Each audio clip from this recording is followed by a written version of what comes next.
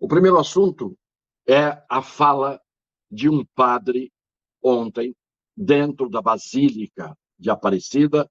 A fala desse padre, e depois tem consequências. Nós vamos mostrar. Primeiro, é bem curtinho, a fala do padre. Parabéns a você que está aqui dentro e está rezando, porque hoje não é dia de pedir voto, hoje é dia de pedir bênção. Pois é, seu padre, eu não tenho o desgosto ou o gosto de conhecer pessoalmente, não sei sequer o seu nome, mas vou fazer de cara uma correção. Hoje é dia de pedir bênção. Para os que têm fé, todos os dias são dias de pedir bênção. Em segundo lugar, o que o senhor fez foi agir politicamente, padre. Então o senhor poderia simplesmente fazer o seu ofício e não entrar no assunto político, porque a cada um que está ali ou que estava ali, caberia fazer o seu juízo a respeito de se ontem era dia disso ou não era disso o dia. E por que eu digo isso? Porque o senhor foi desautorizado ou desmentido na sua fala de uma forma absolutamente indiscutível.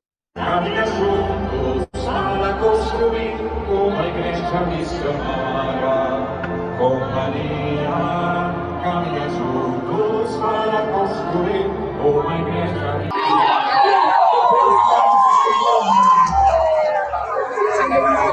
Como se vê, senhor padre X, não sei o seu nome, depois o senhor foi falar coisas que não tinham sentido, porque a primeira cena que nós mostramos é do arcebispo, autoridade máxima, acompanhado de bispos e de outras autoridades eclesiásticas, dirigir-se à primeira fila, onde, de uma forma discreta, estava o presidente da República e o arcebispo, como anfitrião naquela basílica, porque a basílica está aberta ao público, mas pertence à igreja. E a autoridade máxima da igreja ali, só tendo como superior o Papa, era o arcebispo, que foi, em sinal de educação e respeito, cumprimentar o presidente da República, diante do absoluto silêncio da multidão que estava dentro da basílica. O senhor não deve ter visto isso, padre? E, em seguida, os senhores viram, caríssimos seguidores, que o presidente se retira no final da missa imediatamente. Eles viram, caríssimos seguidores, sai em linha reta, não acena para ninguém, não move a sua cabeça nem numa direção, nem numa outra, vai andando rapidamente e o povo espontaneamente, dentro da basílica, o aplaude por unanimidade e chegam até a gritar mito. Portanto, este padre perdeu uma grande oportunidade de ficar calado, porque com as redes sociais a gente mostra a realidade e mostra o ativismo político daquele padre, que não tinha que dizer o que disse, até porque contrariou o seu superior, o arcebispo e todos os outros padres, e contrariou os fiéis que estavam dentro da igreja no momento em que o presidente estava e que aplaudiram o presidente. O presidente da República tinha todo o direito de ir, como qualquer outro candidato tinha o direito de ir. Agora, se o presidente foi lá e se o seu adversário resolveu ir ao complexo do Alemão fazer o seu comício, cada um tem que ter o seu direito de escolha respeitado. O fato é que o presidente foi aplaudido maciçamente pelos fiéis, aclamado pelos fiéis dentro da basílica. Então o padre, depois, perdeu uma grande oportunidade de não abrir a boca com conotação política. O segundo assunto, que é importante, é que o senhor Alexandre de Moraes, hoje, deu o voto de Minerva, voto decisivo, estava 3-3 a votação, para mandar tirar do ar das redes fatos que ele chama de nova geração de fake news. Na verdade, o Alexandre de Moraes é uma fake news, criada pelo Temer. Porque se a gente soubesse o que ele iria fazer ao longo do seu ministério, dentro do Supremo Tribunal Federal, se não soubéssemos que era uma fake news, que pareceria um homem justo para alguns ele não estaria fazendo as injustiças que faz hoje. Chegando à aberração de deformar a filosofia e de abater a tiros a língua portuguesa, no significado das palavras. O que ele disse?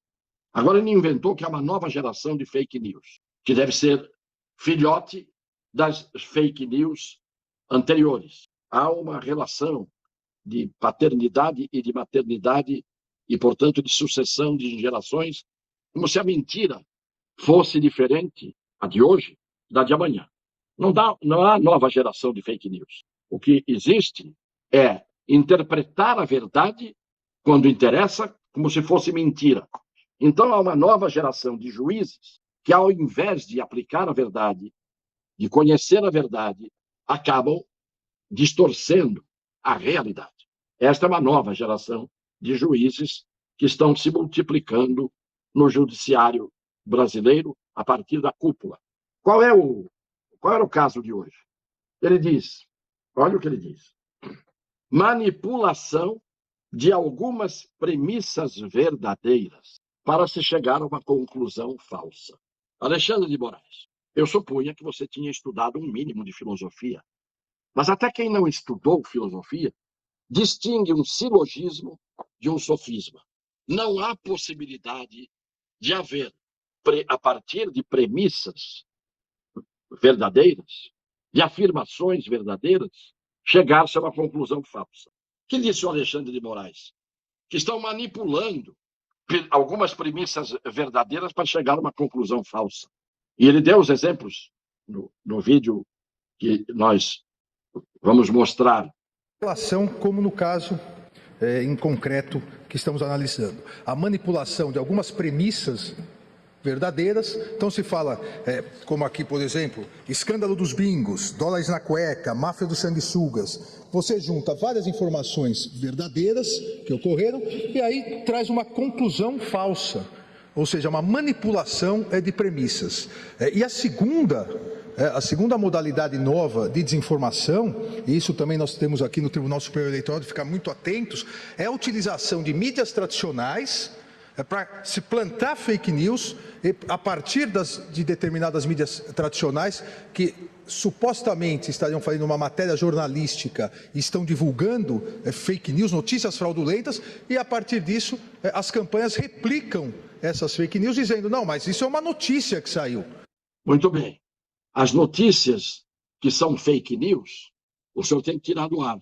As notícias que não são fake news, o senhor está mandando tirar do ar, alegando que as premissas são verdadeiras, a conclusão é falsa.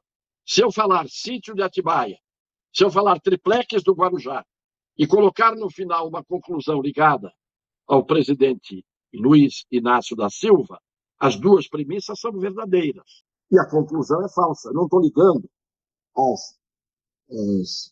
as duas primeiras premissas à terceira, que não tem nada a ver com isso.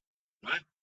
Então, é uma forma absurda de agir, 4-3 com o voto de Minerva dele hoje, mas o que me deixa mais indignado, e eu só não rasgo a minha identidade profissional como jornalista, porque eu sou jornalista.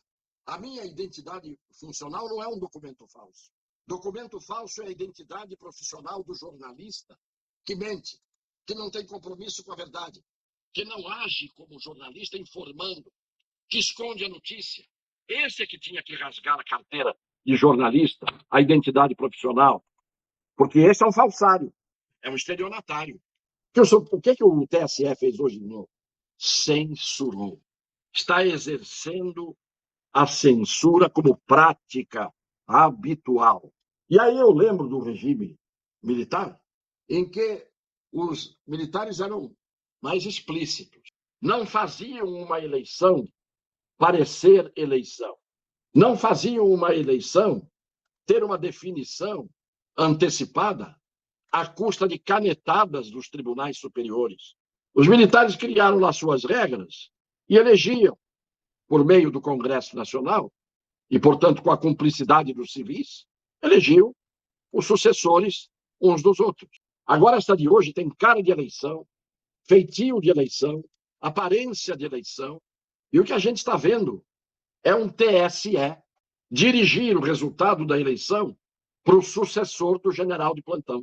Finalmente, vamos ao discurso do Lula hoje, em favor do senhor Paulo Dantas, governador, candidato à reeleição em Alagoas, seu apoiador e apoiado por ele, que foi afastado do cargo por decisão majoritária do STJ. E o Lula vai e diz isso. Os senhores vão ouvir agora. Essa condenação precipitada sua me cheira a minha condenação. Ou seja, por que eu fui condenado? Exatamente para evitar que eu fosse candidato em 2018. Quem é que tem interesse de evitar que você seja candidato? Tinha pessoas que diziam, Lula, não vai a Alagoas não, porque o candidato lá está subjusto, ele foi condenado. Eu quero dizer para vocês, eu jamais deixarei um companheiro no meio do caminho. Jamais deixará um companheiro no meio do caminho. Mas no meio do caminho deixou, num determinado momento, José Dirceu, para não falar de outros. Como deixou no meio do caminho Palocci, que era um homem forte do seu governo também, ministro da Fazenda, e que o delatou a respeito dos dinheiros que ele apontou que as empreiteiras pagaram e assim por diante. Então, dependendo do companheiro que resolve contar a verdade, ou do companheiro que foi caçado num determinado momento, ele abandona no meio do caminho. Agora, ele é o dono da sua absolvição, que não existe, ele é o dono da absolvição do governador afastado hoje do Alagoas, de Alagoas, ou das Alagoas, é mais bonito. Por quê? Porque não há mais crime no Brasil. Os crimes que existem no Brasil hoje é o crime cometido por alguém que fala palavrão. É o crime de alguém que fala de uma forma mal criada, não muito educada ou polida. Esses são os grandes crimes.